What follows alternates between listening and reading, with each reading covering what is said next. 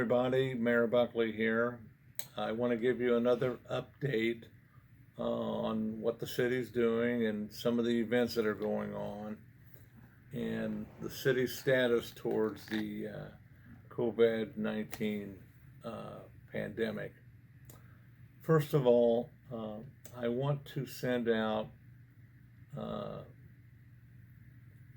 how sorry we are as a city about the passing of Pastor Steve Meister. Pastor Meister was the pastor at Southwood Baptist Church, and him and his wife Lisa and their family came down from Chicago a little less than a year ago, and he has been a breath of fresh air for this city and the mayor's faith-based roundtable. Pastor Meister passed away suddenly Friday morning. Not sure on the circumstances, and I'm waiting to hear from the congregation on any type of arrangements. But I just want to pass on to everyone tonight how sorry we are that we have lost him. So I needed to talk about that when I started out. I also want to talk a little bit about a terrible accident we had earlier this week. A driver was heading east on Main Street, approaching 7th, and had a medical emergency. The car left the roadway and finally stopped up against a building. Took out the street light, took out a tree, a sign, and a bench. I don't know the condition of the driver. I certainly hope that the driver is okay. No one else was injured. Thankfully, nobody was walking on the sidewalk when this incident occurred, and nobody came out of one of the buildings. So we are very grateful for that. Everything else involved can be replaced. We do not plan on replacing the tree. We do not plan on replacing the bench seat. We have already fixed the sign, and the street light is going to be replaced, and we are going to install a taller street light that has about twice the lighting that the old light had. Exactly the same light is at the southeast corner of 5th and Main, and it really illuminates that area at night. So when the new light is installed, it takes a little while to do this, we will have a much better lit intersection there. Over the last 2 or 3 days, you may have come up Main Street and seen some banners honoring our seniors from Beech Grove High School on the post, streetlight post. I want you to know that the Beech Grove City Schools is the organization that put those banners up. I talked about it at the last podcast. I think it's a wonderful idea to recognize these kids for the year that they had. And they're getting robbed of a formal graduation and all the good things that come with being a senior. So I thought it was nice of the school district to do that. We had to modify the poles, and the school district paid for that as well. The city's only part in that was that we give them permission to do that, and we give them permission to move the flagpole holders up to the top of the light and put in some brackets to hang signs. So I just think it was a really good gesture on the part of the school, and I like the way they look. And the city will be doing some things between now and June 1st to recognize the seniors at Beech Grove High School and the 8th grade class at Holy Name. So we look forward to that, and that's fun stuff. So the Arlington Roundabout continues. Reith Riley is the general contractor for this project, and they are on the ball. I'm very surprised of how far they've gotten already, and you can start to see how this roundabout is going to lay out. So it's just fun to watch. With everybody staying home, we have recorded some ridiculous numbers when it comes to the treatment of wastewater and the collection of trash and recycling. In the month of April in 2019, we picked up 375 tons of trash. In the same period, in 2020, we picked up over 516 tons of trash.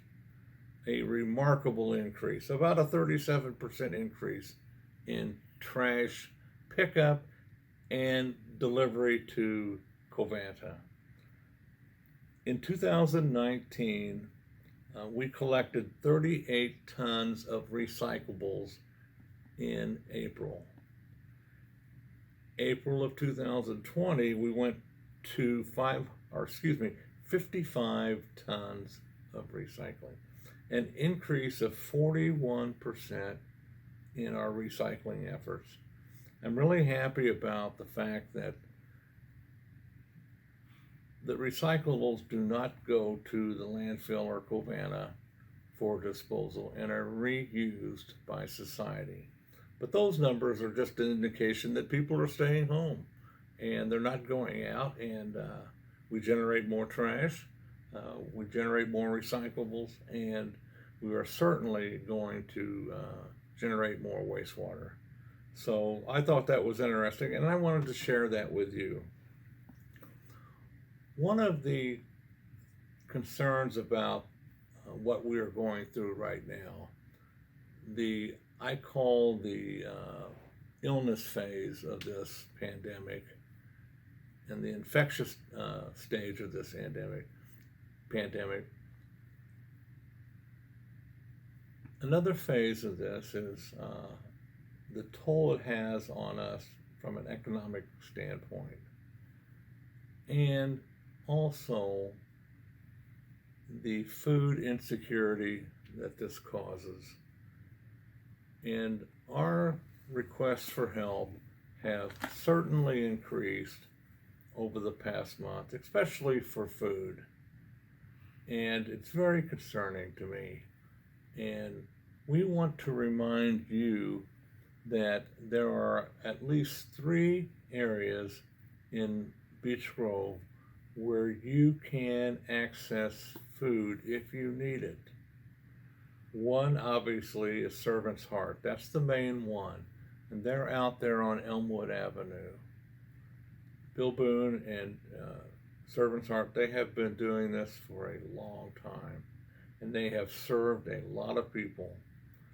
Another food source is the Church of Hope, which is on South 4th Avenue in Beech Grove, right off of Alton. On Wednesdays, they have a food pantry from 5 p.m. to 7 p.m. I don't know whether it's every Wednesday or every other Wednesday. They have a big sign out front that lets you know what their days and hours are. But that's a second food source. A third food source is at our Hornet Park Community Center.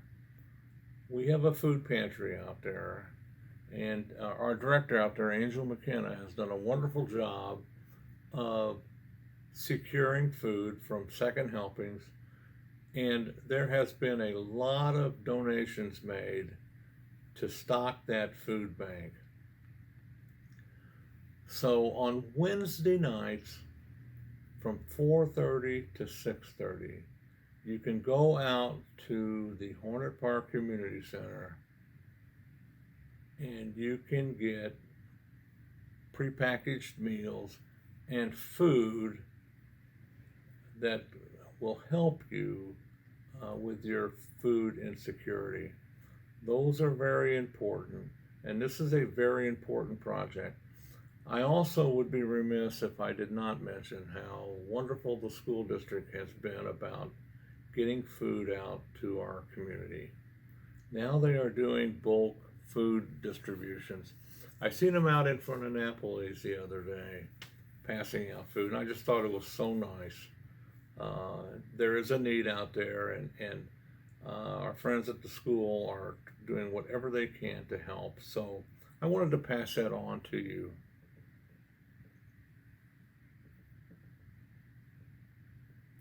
On Saturday, May the 23rd at 11 a.m., we will have our annual Memorial Day service in the city park. We encourage you to attend. We are going to honor our veterans who have served and who are currently serving, and those veterans who paid the ultimate sacrifice so you and I can live as free people. Saturday, May the 23rd at 11 a.m. in the city park, up there at the War Memorial in Sarah T. Bolton Park. We look forward to seeing you there. At our last city council meeting, the council approved a resolution to accept a donation of a small parcel of land where the old hospital used to be. This area is going to be the home of the Franciscan Trailhead. The area is small, about 30 feet by 70 feet, but it sits right there at the intersection of 16th and Albany on the north side. You'll see it when you drive by. So they're on hold right now. They're waiting on some limestone and brick to be brought in to finish construction of the project. So, but pretty soon that will be open to the public, and we look forward to that. Don't forget, on June the 6th, from 9 a.m. to noon, behind City Hall, is another free shredding and appliance drop-off event. Our friends at Ray's will be conducting the shredding, and our friends at Hannah Recycling will be accepting appliance and any metals that you may want to get rid of. That is a wonderful event. And I think next stop, Beech Grove, is going to do the volunteering, so they'll be accepting some donations as well. So, and the final thing I wanted to talk to you about before we got into the COVID-19 update is that the Beech Grove Little League and the Beech Grove Girls Softball affiliation are going to start their season on or around June the 14th. Governor Holcomb, I think that is stage 4 of his plan to open recreational leagues. So we always look forward to opening day of Little League and the girls softball, and we encourage you to be a participant in both of those leagues, but we also caution you about social distancing, and I'll talk a little bit more about that when we come back. So I'm going to take a break. I'll be right back and talk about what we are doing as a city to continue to combat this pandemic. Be right back.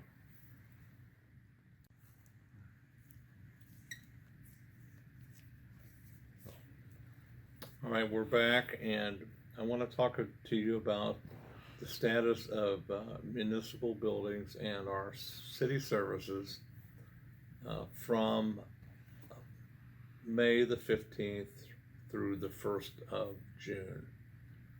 I had a great meeting Friday with our senior director and our director at Hornets Parks, and I wanted them to come up with a plan to operate the senior center in Hornet Park beginning around the 1st of June. And I wanted to leave it up to the department heads on whether they should open up or not.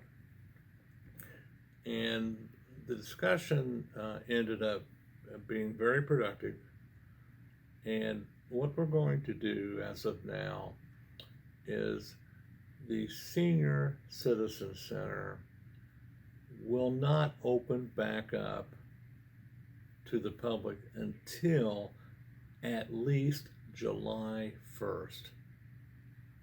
Remember, the Senior Center was the first building that was basically closed by our government.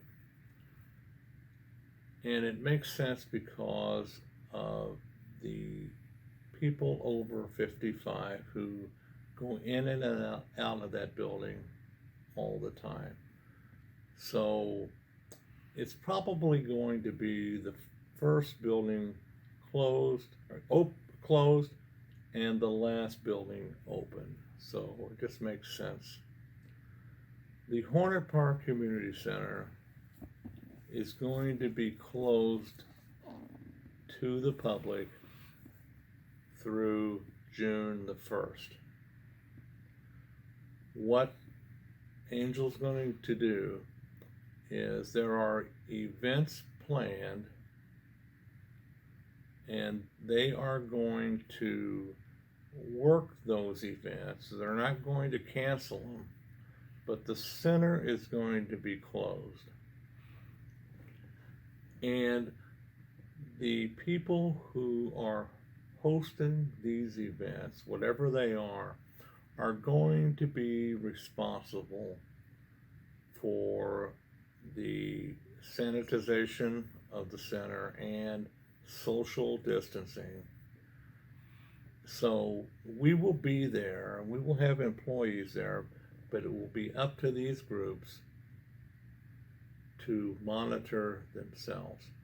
The physical fitness portion of Hornet Park will remain closed until July the 1st. It's very difficult to try to monitor and sanitize each piece of equipment with the limited staff that we have. And plus, the governor's plan doesn't call for gyms to open until sometime around the 1st of June. So we're not that far off. Our city parks are open as of now. You'll soon be seeing signs around the playground equipment letting you know when you can access these pieces of equipment, along with the basketball goal. We did some updates while the playground equipment was down, and we're in the process right now of installing cameras throughout the Sarah Bolton Park system. So we look forward to that safety improvement and the initial startup of that. The Department of Public Works is still working off a modified schedule. On Mondays through July the 1st, or excuse me, June the 1st, the Public Works will be closed. On Tuesday, Wednesday, Thursday, and Friday, up to June the 1st, we will continue to work off the modified schedule. The Fire Department and Police Department will continue to work off of modified schedules as well. City Hall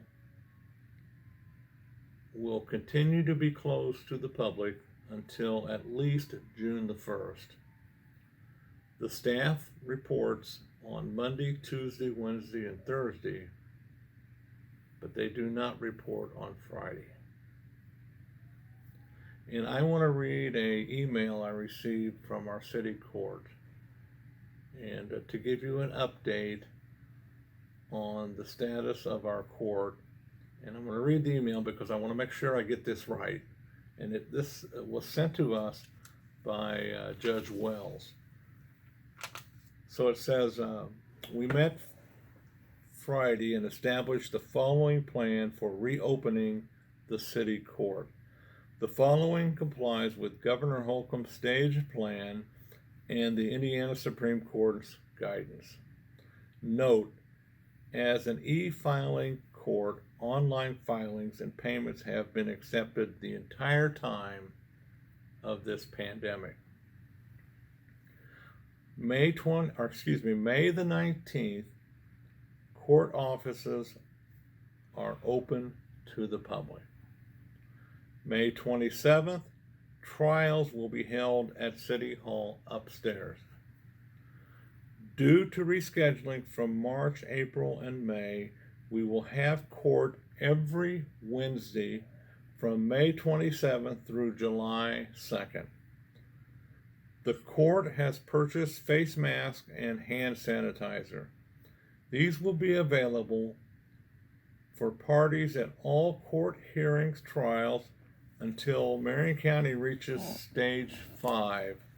On May 27th, we will rearrange the council chambers to allow parties to sit in a manner that complies with social distancing. The number of people in the council chambers will not exceed the CDC guidelines on the given date. E-filings will be highly encouraged during this time. And respectfully, the Honorable Judge Wells. So that is an update from the court. On May the 18th, the Board of Sanitation and Board of Works will meet at 6 p.m. upstairs in the council chamber. Those two meetings are closed to the public, but Tim will be there to stream it live on Facebook and then put it on the internet once the meetings have concluded. On June the 1st, the Board of Sanitation meets at 6 p.m. and then the Board of Works follows right after that. And then at 7 p.m., the City Council meeting will begin. As of right now, I'm going to open that meeting to the public. I don't have to do that until June the 4th, but I want to open the meeting to the public because we have had 2 council meetings in a row where the only way the public can get information is to watch it on Facebook or the internet after the fact. And I think the public should be there. And going a third meeting is just a little bit too much for me. So I want to open it up to the public. However, we are going to practice social distancing with the council and with the people in the audience. And we are only going to allow a 25-person maximum, and the seating will be arranged to accommodate that. Compliance and fire prevention will start back up on May 25th. And I want to thank Glenna Clark out at the Hornet Park Community Center. Glenna worked the front desk on weekends. Glenna has decided to retire. She's going to call it a day. So we appreciate all the good work that Glenna has done for us over the past couple of years. And I have instructed our Hornet Park Community Director, Angel, not to replace Glenna. We are continuing to cut back, and we want to see how this all goes. So, Glenna, if you tune this in this week, we really appreciate all that you have done. I'll be right back, and I want to talk about the governor's timetable versus Mayor Hogsett and my thoughts on this whole pandemic and opening of both government and businesses back up. I'll be right back.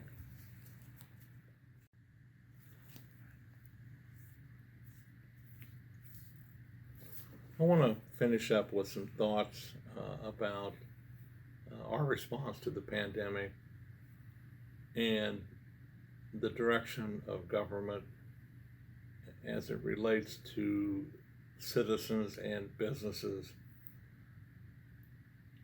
I was doing some reading today, and the United States has now surpassed over 1.3 million diagnoses of COVID-19, and over 78,000 people have lost their life to this disease. In Indiana alone, we have had over 23,700 diagnoses of COVID-19, and over 1,360 Hoosiers have lost their life to this virus.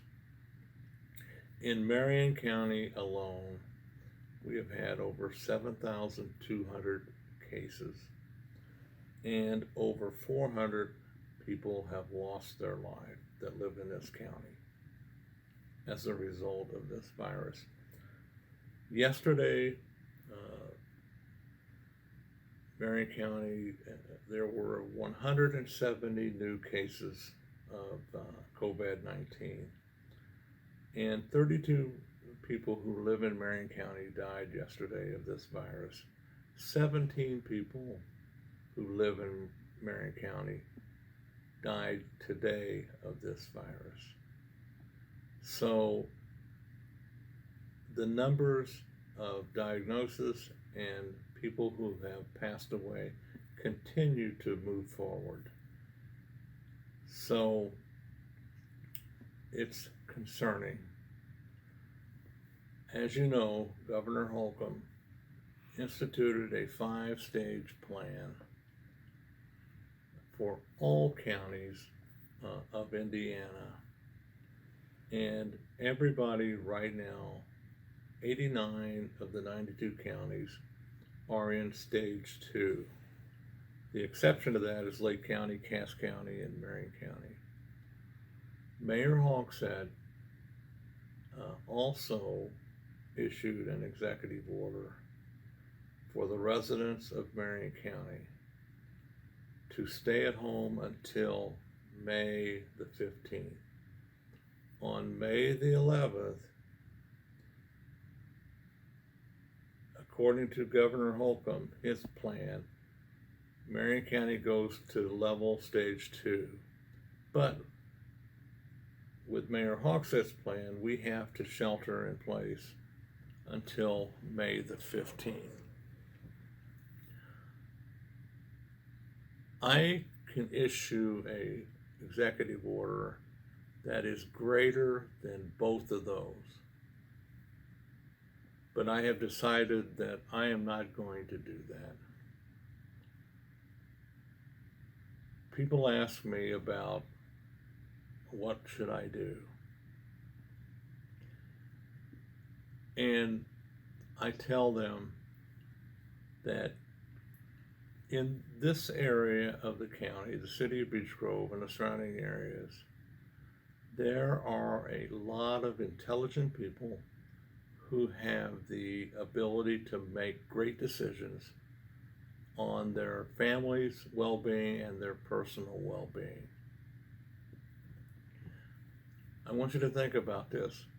The most important thing that you can do as an individual is to maintain your personal hygiene. Wash your hands. If you are sick, if you have a headache, stay home. If you are coughing and sneezing, cover your mouth up and nose up. If it makes you feel comfortable to wear a mask, wear a mask. If you have a family member who is sick, stay home. Don't risk it. You have to make decisions on whether you want to go out into the public where there's large groups of people. If you go to the grocery store, you wear a mask. I wouldn't, in this stage of COVID-19, I would not want to go where there are a lot of people. When I go into the grocery store, I have a mask on. And I want to avoid large groups of people.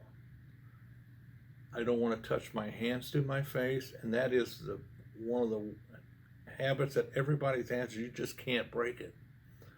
So you keep your hands off of your face, wash your hands, and think about where you're going to go. And you will probably have a better chance of not contracting this virus.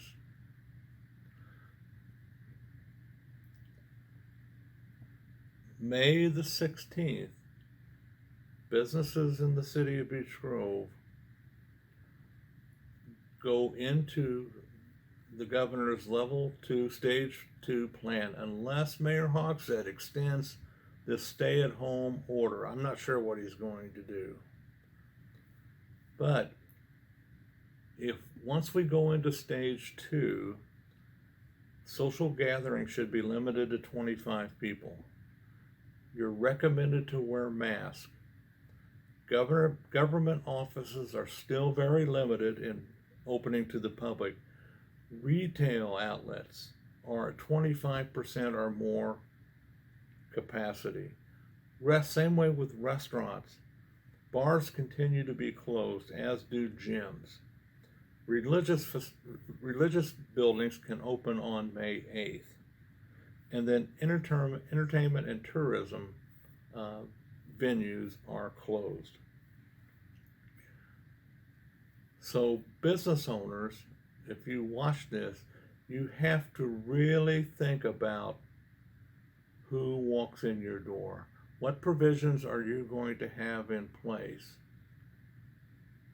to monitor your customer? Are you going to provide adequate social distancing, especially in a restaurant? So those are some of the things that we have to take into account, and that will be upon us by next weekend. And finally, my recommendation to you is to stay safe. Me as mayor, with the government buildings and the services that we provide you, I can tell you right now, without any hesitation, that I am not ready to open up these municipal buildings to the public. I am not ready to expose city employees to this COVID-19, and it is out there, folks. It's not going away. We're going to have the same conversation this fall. So we just have to go very slow, and that's what I intend to do. So I value our employees. We have done remarkably well so far, and I want to keep it like that.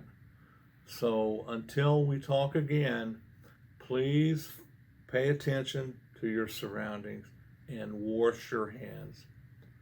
I'll be back in a couple of weeks and give you another update. Have a good evening, everybody.